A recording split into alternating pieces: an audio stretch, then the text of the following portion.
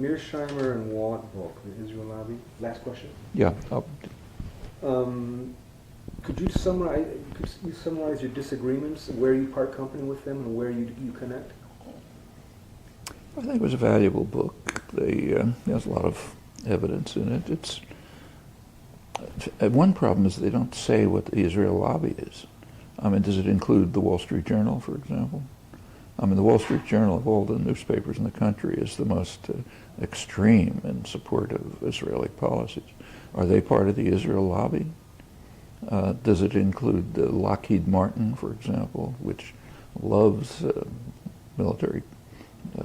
giving military aid to Israel, for obvious reasons? Does it include, say, Intel, which is developing its biggest plant in Israel because it's a favorable area for investment? Does it include the Republican Party, which is much more extreme in its support of Israel than the Democrats are? I mean, are they part of the lobby? Does it include the New York Times? Does it include the American intellectual community, who are, have a terrible record in justifying Israeli crimes? In fact, if you ask who it is, well, it turns out to be pretty much everyone who supports U.S. government policy, which happens to be very favorable to Israel. So what exactly is the thesis? Apart from that, they're overlooking, they are what are called realists in international relations theory. Realist international relations theory regards states as the actors in international affairs, and they pursue something called the national interest, which is a sort of an objective reality that they pursue, and that includes security and so on. Well, this is just not the way international affairs work.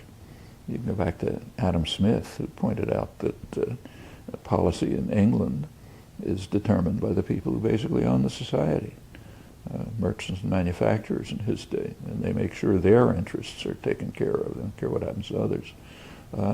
That's a large part of what happens up till today. If you overlook the internal structure of a society and the distribution of power inside the society, you're not going to understand much about how foreign policy is made. It's obviously a factor. Well, take a look at lobbies in the United States. The Israel lobby is an influential, AIPAC, say, if that's what you mean, not the Wall Street Journal, not the Republican Party, but AIPAC. They're a powerful lobby. Are they the most powerful lobby? Do they compare with the Chamber of Commerce, the Business Roundtable, the military lobby?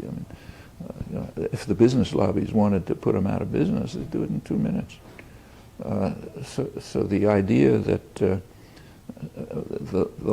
message from their book is, well, for them, the American national interest is harmed by support for Israel. Okay, I don't know what the national interest is. It's different for the CEO of Goldman Sachs and for somebody who cleans his floor.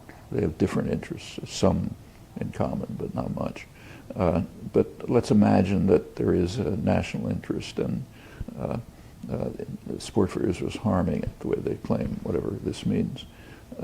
That means they're harming the interests of the people who effectively own the society.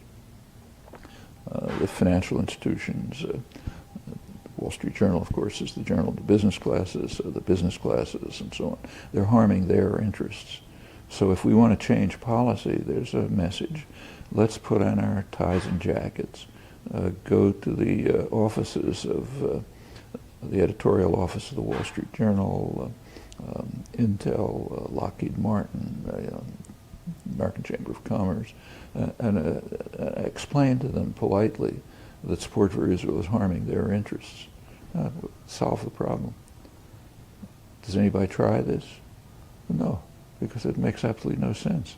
And for these people, U.S. support for Israel is perfectly consistent with their interests. In fact, they support it. So the lobby's there, undoubtedly, and it's undoubtedly a factor in policy formation, mostly at the fringe.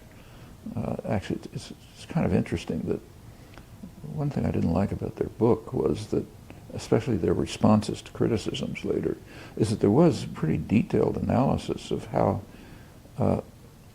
funding of Congress and the party's work by Stephen Zunis, a good American Middle East scholar. And he showed that the effect of AIPAC on, say, congressional votes is pretty slight, and on meaningful votes. Of course, they'll vote on symbolic things which have no consequences, but on real votes. And that, of course, the other major lobbies could wipe them out if they wanted to. Well, they barely mention him in their responses, and when they do, it's just a sort of a serious one-sentence misinterpretation of what he said. Now, what he said is important, and it reflects the way American politics really works. But if you want to be serious about this, you have to ask yourself, is the Wall Street Journal the main representative in the press of the Israel lobby? Is the Republican Party the center of the lobby? If so, what does that mean? Well, who do they represent? It's not a big secret. They represent the business community, the people with overwhelming power inside the country. So what's the national interest?